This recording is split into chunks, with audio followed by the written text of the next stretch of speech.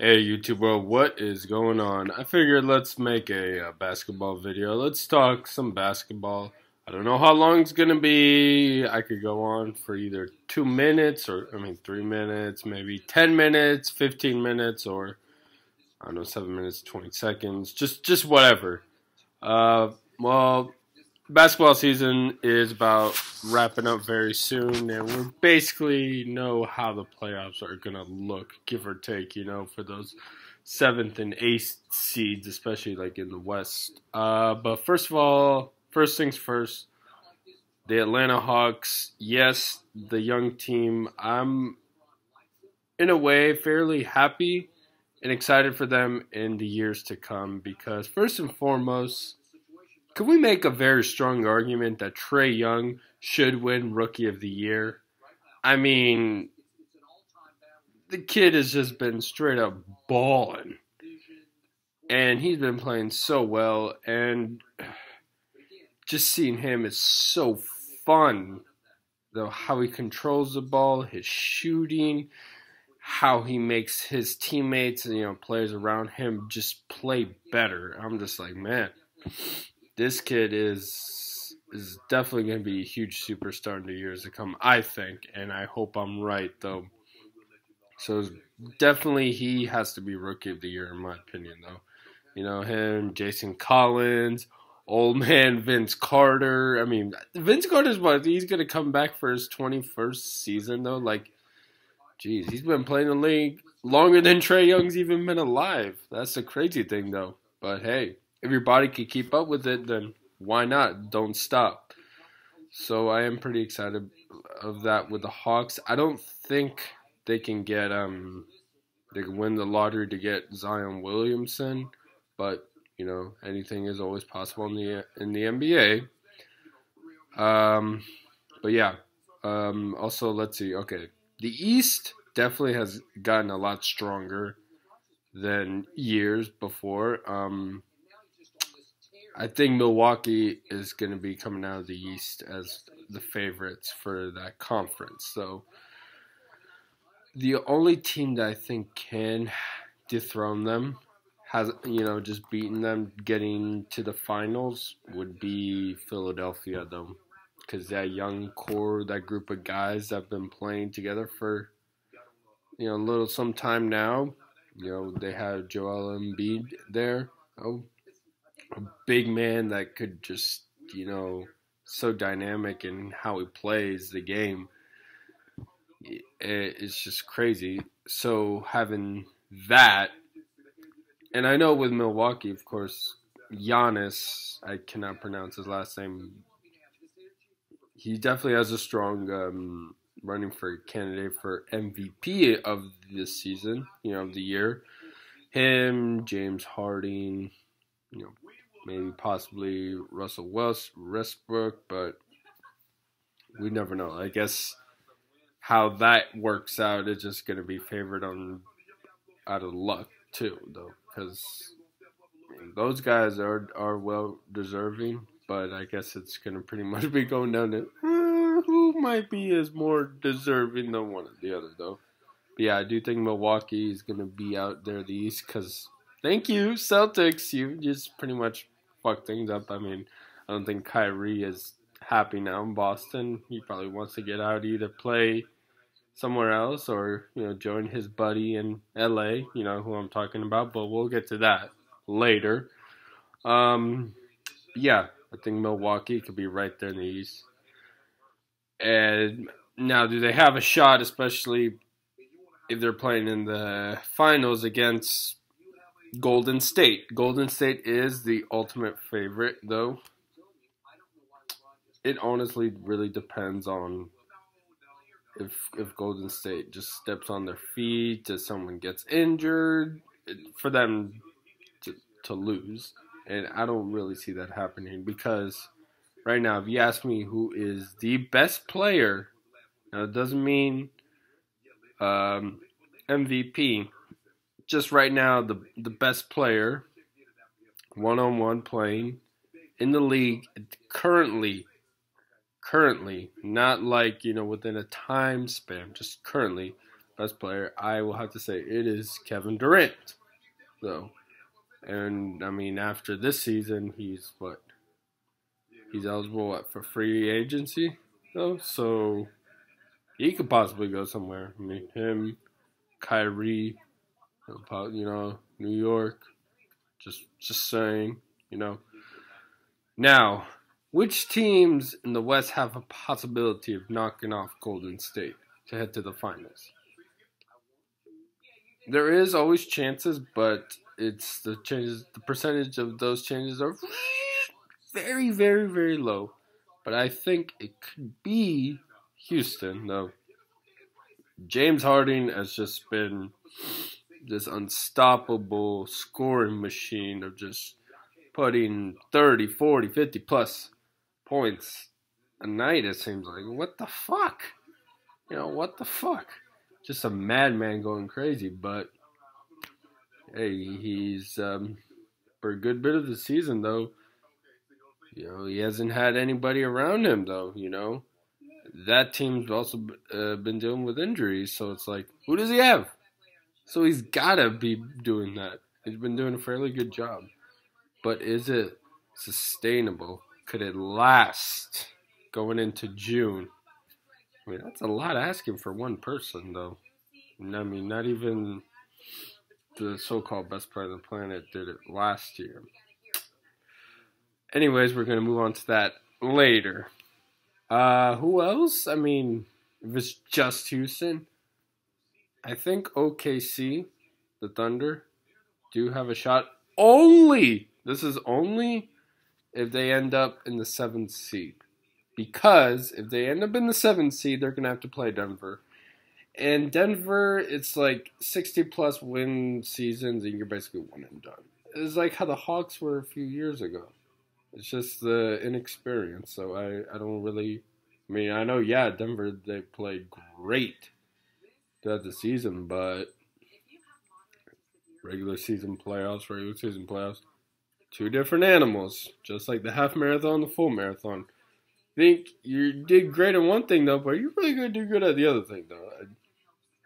OKC could definitely beat Denver and move on if they're in the 7th spot and they have to play Denver. But if they're in the 8th and they're going to have to play Golden State, that might be it for them. So I'm hoping they end up in the 7th spot, though, because I really want to see, I mean, Russell Westbrook, Paul George, that's a good marriage. That's a really good marriage, though. And things may not have been perfect, especially like, with Westbrook, it's almost like his personality, though. He's his own enemy.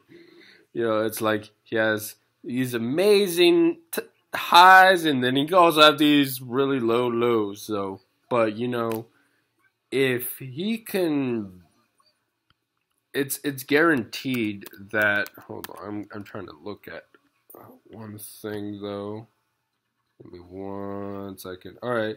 So Westbrook is averaging about, basically like he's going to be averaging like a triple-double like in 3 straight season. But if I can count on him to put me up, 20, 25, 30 a night, like when he's bringing it, I can count on him to really bring it, though.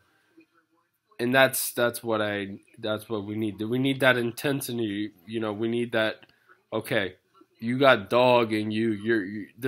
I'm not worried about whether you lose it because of a fan or situation or whatever, but because that's you. That's your personality. But it's like, okay, when you're zoned and you're in the game, you gotta bring that intensity when you're dealing with other obstacles. So, in a way, he's like a blessing in disguise kind of way when things go his way for Westbrook, though. And anybody else? I mean, haven't really been following their games too much, so. And I think that's what's been happening in the NBA. I don't know if there's anything else going on or it's happened big in the NBA. Okay, why is it that every day the media is going to be talking about LeBron James this, the Lakers that, all day long? Okay, we get it. All right, we 100% get it. Going into Christmas Day, yes, they were like, what, fourth place in the West. They were like, what, 20 and 14, and we're thinking everything's good, la la la, and they're right there in the mix. And then LeBron gets a groin injury, and pretty much it's just a rippling effect of just like injuries on this, chemistry of the team is just not good. You got these, it's just all shit just hit the fan. After that, you have half the team that are on 1-year contracts. You got guys that are 2-3 years that really haven't been that consistent, and they haven't really shown who they really are, or maybe they have and this is who they are. They're just not consistent. They're average, C to B player guys, though, injury prone. Like, out of that young team, I think Kyle Kuzma could really emerge into like a superstar. Ingram's hasn't been that consistent, and I hope he feels better getting ready next season. He's dealing with health issues. Lonzo Ball's injury prone, not to mention that like his big baller brand with his father, that has been not going well because someone within the company stole money. There were trade rumors leaking out, of the Lakers trying to sign AD, Anthony Davis, to get rid of some of these young guys, though. And that wasn't going too well. Now it's like Luke Walton's about to get fired, but he's also got a really good relationship with Jeannie Buss. It's just like, I guess we should have expected that when LeBron James goes to a team, he's bringing a lot of baggage. He's bringing a lot of drama. I think it was like, was the organization prepared for this? Did anybody predict that the Lakers, who were in fourth place going into Christmas Day in the West, are now eliminated from the playoffs? Anybody predicted that besides astrologers? I don't know. I don't know. I just know that it just wasn't a good season, and I mean, people were saying, well, I don't think LeBron is really 100% committed right now with basketball, because when he decided to go to LA, it was like, this wasn't fully basketball because of LA, it's like the market that it brings.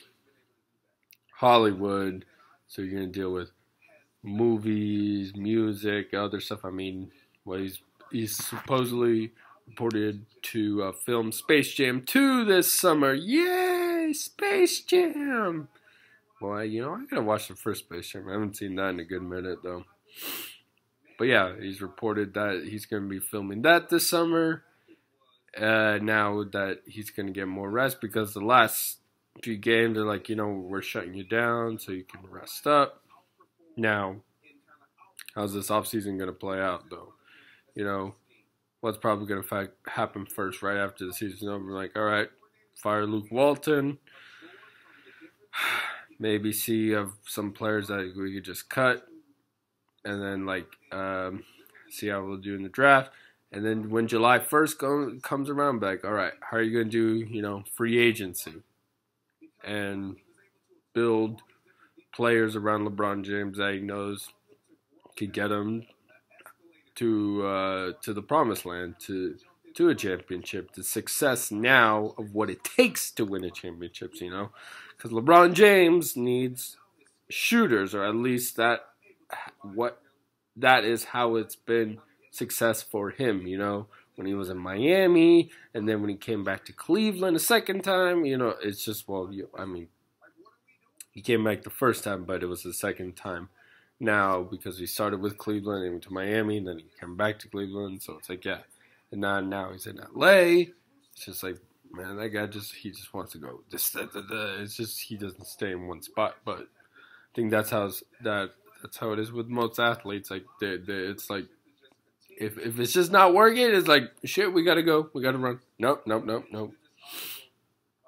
But yeah, woo! 15 minutes over talking about basketball that I haven't talked about basically since like the All-Star game, which was a nice All-Star game though.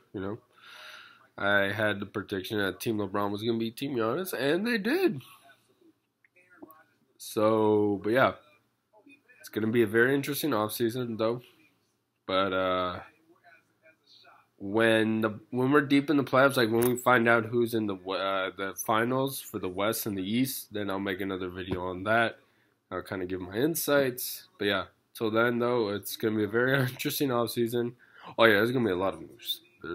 From teams and players, like it's a firework, and it's a fireworks that for NBA fans we just gotta sit back and just chill and relax and just enjoy this show because we have little to no control when it's basically the owners that do. All right, I'm done talking. I haven't talked this much in a while, but I figured, you know what, just go ahead. Say it and just say, okay? Anyways, though, I have much love for you guys. Until then, I am out.